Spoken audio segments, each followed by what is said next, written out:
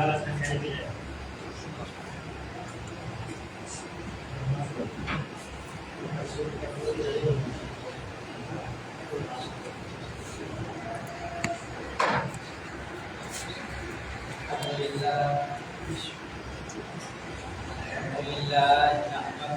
ونستعينه ونستغفره ونعوذ بالله من شرور أنفسنا ومن سيئات أعمالنا من يهده الله فلا مضل له ومن يضلل فلا هادي له وأشهد أن لا إله إلا الله وحده لا شريك له وأشهد أن محمدا عبده ورسوله أما بعد فإن خير الحديث كتاب الله وخير الهدي هدي محمد صلى الله عليه وسلم شر الأمور محدثاتها وكل محدثات بدعة وكل بدعة ضلالة وكل ضلالة في النار أرسله بالحق بشيرا ونذيرا ومن يطع الله ورسوله فقد فاز فوزا عظيما ومن يعصهما فإنه لا يضر إلا لنفسه أما بعد أعوذ بالله من الشيطان الرجيم بسم الله الرحمن الرحيم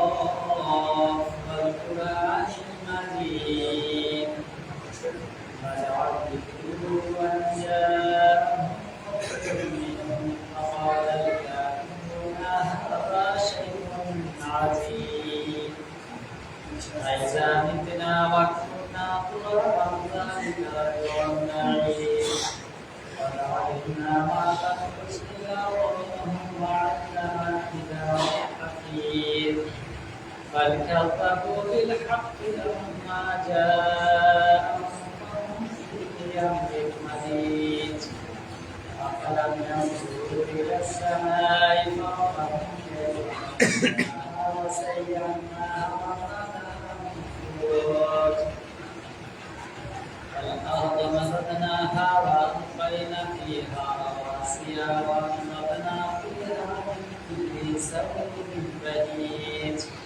تبصرة وذكرى لكل عبد منيب ونزلنا من السماء ماء مباركا فأنبتنا به جنات وحب الحصيد والنخل باسقات لها طلع نضيد رزقا للعباد وأحيينا به بلدة ميتا كذلك الخروج كذبت قبلهم قوم نوح وأصحاب الرس والأرض وعاد وفرعون والجنود وأصحاب الأيكة وقوم تبع كل كذب الرسل فحق الوعيد أفعينا بالخلق الأول بل هم في لبس من خلق جديد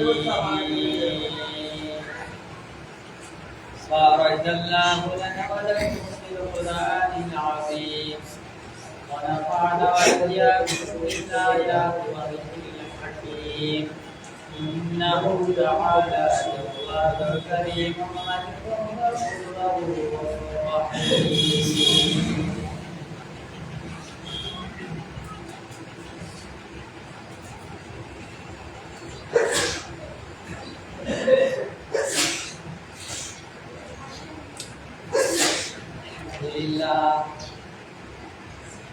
الحمد لله رب العالمين والصلاة والسلام على رسوله محمد آله وأصحابه أجمعين أما بعد فقد قال الله تبارك وتعالى في كلامه المجيد وفرقانه الحميد. أعوذ بالله من الشيطان الرجيم. بسم الله الرحمن الرحيم. شهر رمضان الذي أنزل فيه القرآن.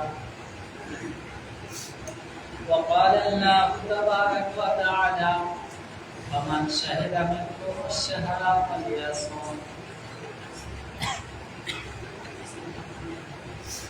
সম্মানিত উপস্থিতি,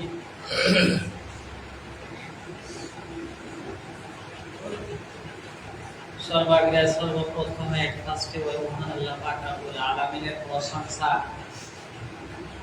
হামদ তারিফ পড়াই বয়ান করি। তিনি আমাদেরকে সর্বের সেরা অতি উত্তম উৎকৃষ্ট ভালো করে সৃষ্টি করার পরে ভালো মাস অতিবাহিত করার আল্লাহ পাক রব্বুল আলামিন আমাদেরকে তৌফিক দান করলেন। তাই সে মহামনিবের দরবারে যতই শুকরিয়া জ্ঞাপন করি, যতই তারিফ করি, ততই কম। তবে তার শিখিয়ে দেওয়া ছোট্ট একখানা শ্লোকের দ্বারা আমরা করে থাকি জোরে সোরে মহব্বত সুরে একবার তিলাওয়াত করি আলহামদুলিল্লাহ। তারপরে পরে তার প্রেরিত দূত তাকায় নামদার তাজদারে মাদানী আহমদ মুস্তাফা মুহাম্মদ মুস্তাফা সাল্লাল্লাহু আলাইহি ওয়াসাল্লামের প্রতি হাজার হাজার দরুদ ও সালাম নাযিল হোক। আল্লাহুম্মা সাল্লি আলাইহি ওয়া বারিক আলাইহি। আলহামদুলিল্লাহ, আমরা আজকে 30 রোজাতে আমাদের ভিতরে অনেকেই রোজা অবস্থায় আছি।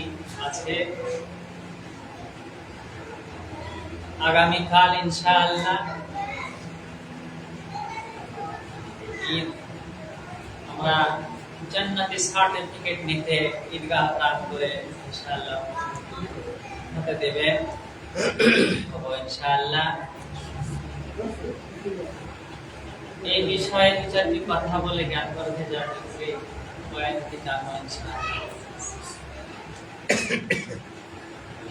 আমরা জানি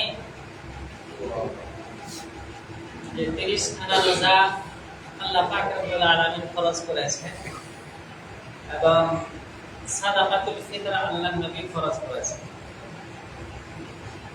সাদাকাতুল ফিতর, যাকাতুল ফিতর, ফিতরা নামে আমরা জানি।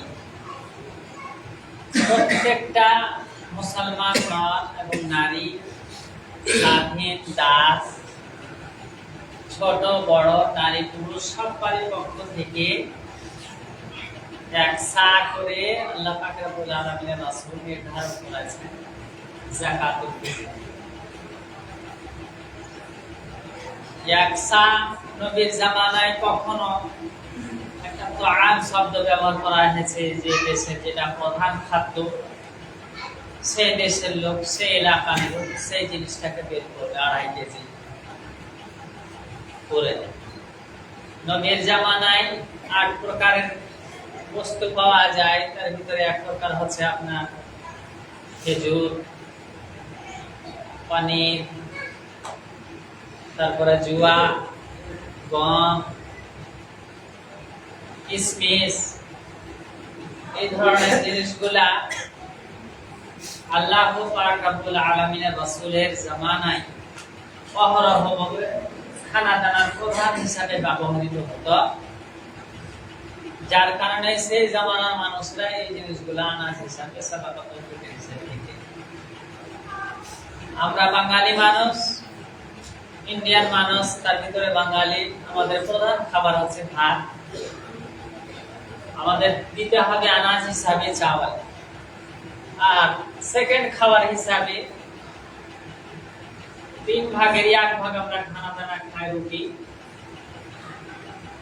চাওয়াল যদি না দিই, গম দিলে চলবে, কোনো আপত্তিকর নাই। বা শরীয়তে এটা তৌফিক আছে, গম দেওয়া যাবে। নবীর জামানায় আমরা এখন যেমন আইসক্রিম ওয়ালা আসলে, আমওয়ালা আসলে, আপেল বেদানা আসলে, কিশমিশ আর কিছু কেলাওয়ালা আসলে বাচ্চাদেরকে টাকা ধরিয়ে কি বলা যায় আনাজপাতি কিনতে পাঠায়, ফল ফ্রুট কিনতে পাঠায়। নবীর জামানায় এরকম ছিল না, টাকা পয়সার অভাব ছিল। খানা দানা যদি থাকতো তাহলে ওই ধান চাল বা ওই খেজুর গুলাকে বাচ্চাদের হাতে দিতেন, আর ওই খেজুরের পরিবর্তে ওই বাহির থেকে আগত, বাহির থেকে আসা সামান গুলা তারা ক্রয় বিক্রয় করত। টাকা হিসাবে খাদ্য দ্রব্য গুলাই তারা এক হিসাবে তৈরি চলে, টাকা হিসাবে খাদ্য বস্তু গুলাই তারা ব্যবহার করতে। তো কিয়াস করে অনেকগুলো আলেম আদম না বলাই, মানে কিঞ্চিত পরিমাণ একটা লোকের ইশারা টাকার ক্ষেত্রে দেওয়া যাবে আর। তবে নবী সাহেবের যেটা কাউলি আর ফেইলি বা যে বাস্তবায়ন করে যেগুলো দেখিয়েছেন সেটা হচ্ছে আনাজ। উদ্দেশ্য হলো আগনহুম ফিল ইয়াউম, যারা গরিব দুঃখী আছে সব দিন তো দাঁড়ে দাঁড়ে ঘুরে বেড়ায়, এই যাকাতুল ফিতর গুলা তোমরা বের করো এবং তাদেরকে তোমরা ধনী করো।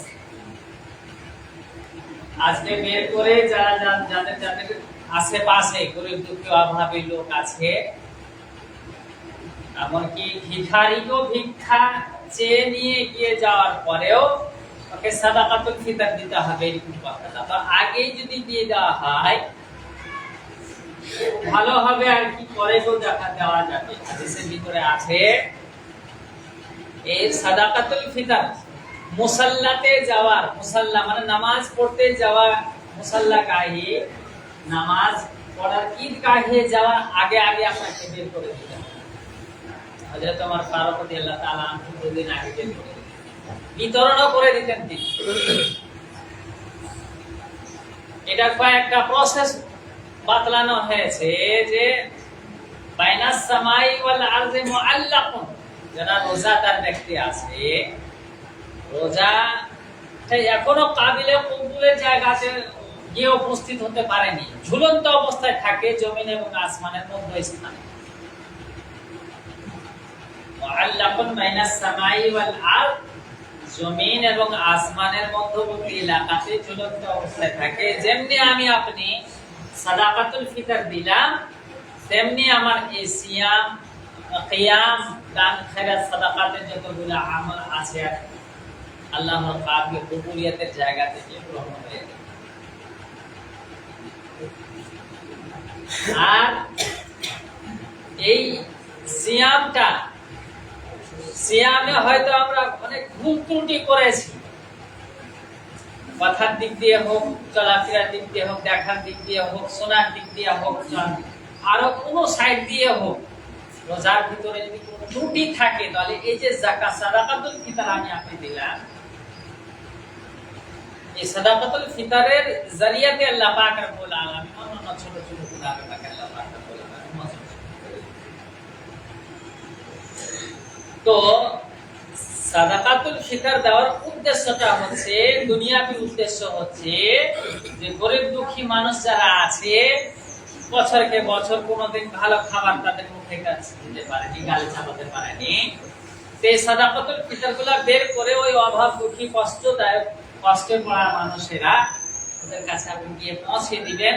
পৌঁছে দিলে হয়তো আগামী কালকের জন্য যে আপনি খুশি মানাবেন, আপনি ধনী মানুষ, কাপড় কিনেছেন, ফুল প্যান্ট কিনেছেন, বাচ্চাদের জন্য বহু রকমের শাড়ি পোশাক কিনেছেন, আপনি যদি অগ্রিম টাকাটা ওকে পৌঁছে দেন তাহলে হয়তো আজকের মধ্যে ওই লোকটা আপনার মতন হয়তো কম দামি কাপড় হোক আপনার সাথে শরীকদারি হতে পারে, খুশি দেব ইনশাআল্লাহ আমরা। এবার যদি জমা থেকে যায়, জমা থেকে যাওয়ার জন্য সারহাদান হাদিসে যেগুলো এসেছে, মাসাকিন এবং ফকির অধিকাংশ পাওয়ার যোগ্য হকদার হচ্ছে এই সাদাকাতুল ফিতর আপনার মিসকিন এবং ফকির। ফকির বলা হয় যার এক বেলা খাবার আছে, এখন খেয়েছে, আর এক বেলা খাবারের ব্যবস্থা আছে, ওকে বলা হয় ফকির। মিসকিন, মিসকিন টোটালি ওর কাছে কিছু নেই, একবেলায় এখনো যে খাবে এরকমের ব্যবস্থাপনা তার কাছে নেই, ইন্তজাম নেই। এই ধরনের লোকদেরকে এই সাদাকত খবর নিয়ে, এরকম যদি লোক না পাওয়া যায় আমার আপনার এলাকাতে, যেই লোকগুলাকে আমরা ফকির হিসাবে জানি, সেগুলাকে আপনি দিয়ে দিতে পারেন। এবার আমরা যাব আগামী সকালে। চন্দ্র যেমনি আমরা দেখবো, হাদিসে আছে সোমলে রুইয়াতিহি ওয়া আফতিরুলি রুইয়াতি, চাঁদ দেখে রোজা ধরো, চাঁদ দেখে রোজা ছাড়ো। আজকে ইনশাআল্লাহ 30 রোজা কমপ্লিট। 29 ছিল শাবান, সব মাস শাবান, সবই মাস 29 হয় না, সুতরাং এটা হচ্ছে 30 মাস। আজকে 30 কমপ্লিট। সন্ধ্যাবেলায় চাঁদ দেখবো, চাঁদ দেখার দোয়া আমরা তিলাওয়াত করব, তারপরে তাকবীরের ধ্বনি শুরু হবে, আল্লাহু আকবার, আল্লাহু আকবার, লা ইলাহা ইল্লাল্লাহ, আল্লাহু আকবার, আল্লাহু আকবার, ওয়া লিল্লাহিল হামদ। এবার সকাল হবে, সুন্দরভাবে গোসল করব। সেন্ট আমাদের যদি থাকে তাহলে সেন্ট কতরে বুলাবো, না যদি থাকে স্ত্রীর কাছ থেকে নিয়ে নেব। এই হাদিস দ্বারা প্রুফ হয় একটা কি, যে স্ত্রীদের কাছে এই সমস্ত জিনিসগুলা, মেকআপের জিনিসগুলা, সরঞ্জাম জিনিসগুলা রাখতে হয়, নাহলে কারি কাছ থেকে একটু নিয়ে নেব ধার ধুর করে। সেন্ট বা আল্লাহ নবী সুন্নাত, আল্লাহ নবী বিনা সেন্টে কোনো সময় থাকতেন না। এমন সেন্ট লাগিয়ে রাখতেন শরীরে, হাতে, যে কোনো বাচ্চার হাতে, মাথায় যদি হাত বুলাতেন তো, আর ওই বাচ্চা যদি কোনো জায়গা যেত তো বুঝতে পারতো মানুষ যে তুমি কোথা থেকে এলেন, তাতে এই ছেলেটা মনে হয় ওদের কাছ থেকে এসেছে, ওদের মাথাতে আল্লাহ নবীর হাত পড়েছে, নবী সাহেবের সেন্টের হাত পড়েছে বলে এরকম সুগন্ধ তার শরীর থেকে ছড়িয়ে গেছে। তো এই সেন্ট ব্যবহার করুন। সুরমা ব্যবহার করা যাবে, তো সুরমা ব্যবহার করার সিস্টেম হচ্ছে রাতের বেলায় 3 সালাই করে শোয়ার আগে ওই যে কাঠিটা আছে 3 সালাই করে আপনার ঘষা দিতেন আল্লাহ চোখ দিয়ে, এদিকে 3 এদিকে 3 বার দিতেন। সুরমা দেওয়া যাবে। সুন্দর পোশাক, যেটা আমার আপনার সব থেকে দামি বা পছন্দনীয়, নতুন হতেই হবে এটা জরুরি নয়। দামি কোটি টাকা, লাখ টাকা, 500,000 টাকা হতে হবে এটা জরুরি নয়। আপনার পছন্দনীয় যেটা পোশাক আছে সে পোশাকটা পরিধান করে আপনি বের হবেন। একাই বের হবেন না, নিজের আত্মীয় স্বজনকে সবাইকে ডেকে হেঁটে নিয়ে যৌথভাবে দলবদ্ধ হয়ে যাবেন। আল্লাহ নবী যেতেন পায়ে হেঁটে যেতেন, এক রাস্তা দিয়ে যেতেন, অন্য রাস্তা দিয়ে আসতেন, মুচিপাড়া দিয়ে যেতেন, কামারপাড়া দিয়ে আসতেন। তো এক রাস্তা দিয়ে যাবেন তো মুখ বন্ধ করে যাবেন না। এই জিকির যে আমরা আল্লাহু আকবার, আল্লাহু আকবার, লা ইলাহা ইল্লাল্লাহ, আল্লাহু আকবার, ওয়া লিল্লাহিল হামদ, জিকিরটা তাকবীরের ধ্বনিটা পাঠ করতে করতে যাবেন। গাছ, বৃক্ষ, লতা পাতা, পশু পাখি যা শুনবে আপনার মুখের এই ধ্বনি, এই জিকির কাল কিয়ামতের দিনে আপনার কাছে গাওয়া দিবে। আদালতে যখন আপনি আল্লাহ থাকবেন, কাঠগড়াতে যখন আপনি থাকবো, তখন এই লতা পাতা, ভুট্টার গাছ, আম গাছ, জাম গাছ, যত কিছু আছে, এগুলোটা একদিন আপনার জেনে পড়েছে, আল্লাহ আপনাকে বলে একটু স্মরণ করেছে। স্মরণ করতে গেলেই আখরিজু মিনান নার মান যাকারানি ইয়াওমান, ফেরেশতাদেরকে বলা হবে, রে ফেরেশতারা দেখো তো এই জাহান্নামের ভিতরে কোন একটা লোক এখন একটা দিন কি আমাকে ইয়াদ করেছে, দেখো তো ওই লোকটাকে আমি জাহান্নামে রাখতে রাজি। একটা লোক যদি এই জিকির করে থাকে তো জাহান্নামে থাকাটা পারমিশন হবে না, তার জায়েজই হবে না। আল্লাহ পাক রাব্বুল আলামিন যাবো জিকির করতে করতে, আসবো অন্য রাস্তা দিয়ে জিকির করতে করতে, তবে তাহলে গাওয়া সাক্ষীর হাতটা বেশি। যখন বের হব, আল্লাহ নবী ঈদুল আজহাতে কুরবানির দিনে বের হতেন তো না খেয়ে যেতেন, যেটা আমরা এক পহেলা রোজা হিসেবে প্রবাদ আমরা শুনতে পাই না, এটা ঠিক নয়। আসলে সুন্নতি তরিকা হচ্ছে এই যে আল্লাহ নবী ঈদুল আজহাতে যেতেন না খেয়ে, ঈদুল আজহার নামাজ পড়ে এসে কুরবানি করার পরে, কুরবানি করার যে জন্তুটা আছে সেই কলিজা রান্না বান্না করে তারপরে খানাটা রাখতেন। খুব তাড়াহুড়া করে নামাজ পড়তেন, সকাল 8টাতে হয়তো নামাজ পড়ে কমপ্লিট হয়ে যেত না আপনাদের জামাত। আমাদের এখন অনেক দেরি হচ্ছে, যাই হোক, তো ওই ঈদে আপনাকে না খেয়ে যেতে হবে, আর এই ঈদুল ফিতরে আপনাকে খেয়ে যেতে হবে। সুন্নতি খাবার হলো আপনি খেজুর খেয়ে যান, আর খেজুর যে খাবেন আপনি বিজোড় খেয়ে যাবেন, সব থেকে উত্তমকারী খাবার। 1 টাকা 3 টাকা 5 টাকা 7 টাকা 13টা 15টা বিজোড় যাকে বলি আমরা, তা খেয়ে যাব এবং বাড়ি এসে আবার যা নসিবে আছে রিজিক হিসাবে যা ব্যবস্থা করেছে বাড়িতে এসেছি সমস্যা নেই। এই দিনটাকে বলা হয় আদা ইয়াউদ বারবার লটা বা খুশির দিন হিসাবে একে পরিচিত করা হয়েছে ঈদুল আজহাতে। এই খুশির দিনে দেখবেন অনেকজন অনেক জিনিসের আয়োজন করে থাকে। আজকে বলে টুর্নামেন্ট হবে, খেলা হবে, প্রতিযোগিতা হবে, হাডুডু হবে ইত্যাদি। সূরা লুকমান খুলবেন, শরীয়ত সম্মত যদি হয়, উইদাউট ডোনেশন, উইদাউট প্রাইজ, এমনি শরীর চর্চা হিসাবে যদি হয় তাহলে তো ঠিক আছে।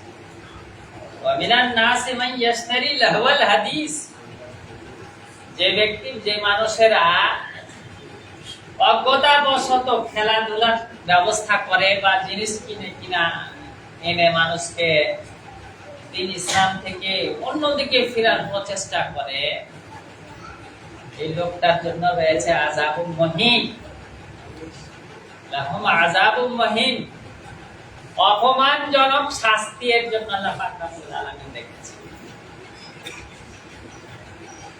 তো এই দিনে গান বাজনা, থিয়েটারে যাওয়া, বিভিন্ন জায়গাতে বিভিন্ন রকমের শরীয়ত বহির্ভূত নাচ গানের ব্যবস্থাপনা করা শরীয়তে পারমিশন নাই। খুশি মানাবো, এক অপরের সাথে গোলাগুলি করব, কোলাকুলি করব, সালাম কালাম করব, ভাই কেমন আছো, কি করছো, কি খেয়েছো। যদি ওর মুখে দানা না গিয়ে থাকে, যে থাকে, তাহলে ব্যবস্থা করবো, ভাই চলো আমার বাড়ি, চলো মার্কেট, চলো তোমার সাথে মিষ্টি খাওয়া হবে। ভাই কতদিন থেকে মোলাকাত হয়নি, তাকাব্বাল আল্লাহ একটা দোয়া আছে, মিন্নি ওয়া মিনকা মানকা আল্লাহ খাইর ভাবে একটা দোয়া আছে। ঈদ মোবারক শব্দটা বাদ দিয়ে ওই দোয়াটা আমাদেরকে ব্যবহার করতে হবে। এই ধরনের জিনিসগুলা, ধরনগুলা আমাদের ভিতরে নিয়ে আসতে হবে।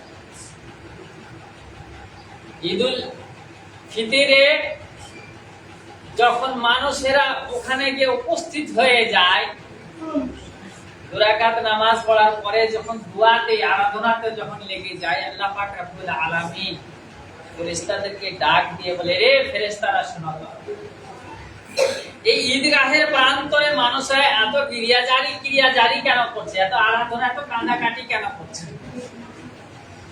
বলে, ইয়া রাব্বুল আলামিন, আপনার জাহান্নাম থেকে মুক্তি পাওয়ার জন্য এরা আপনার কাছে দাবি দেওয়া পেশ করছে। বলে, আমার জাহান্নাম কি দেখেছে ওরা? না, আল্লাহ দেখেছে। বলে, কবরস্থানের সাপ বিচ্ছু দেখেছে ওরা?